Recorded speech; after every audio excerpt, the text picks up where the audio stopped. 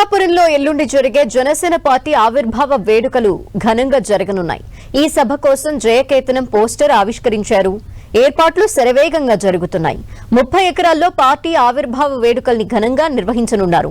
పిఠాపురంలో చిరస్థాయిగా నిలిచిపోయేలా సభని నిర్వహిస్తామని జనసేన పార్టీ నేతలంటున్నారు. ఆవిర్భావ వేడుకలకు ఇతర రాష్ట్రాల నుంచి కూడా జన సైనికులు, వీర మహిళలు తరలిరానున్నారు. పిఠాపురంలో జరిగే ఈ సభకు 3 ద్వారాల్ని ఏర్పాటు చేస్తున్నారు. ఒక్కో ద్వారానికి ఒక్కొక్కరి పేరు పెడుతున్నారు. పిఠాపురం ప్రాంతం చుట్టుపక్కల అభివృద్ధికి కృషి చేసిన వారి పేర్లని సభ ద్వారాలకి పెడుతున్నట్టు మంత్రి నాదెండ్ల తెలిపారు. రాజారావు బహదూర్ ద్వారం 1, 2వ ద్వారానికి డొక్కా సీతమ్మ, 3వ ద్వారానికి మల్లాడి సత్యలింగం నాయకర్ ద్వారంగా నామకరణం చేసినట్టు ఆయన తెలిపారు. పిఠాపురంలో జరిగే ఈ సభ చిరస్థాయిగా గుర్తుండిపోయేలా నిర్వహిస్తున్నట్టు మంత్రి నాదెండ్ల తెలిపారు.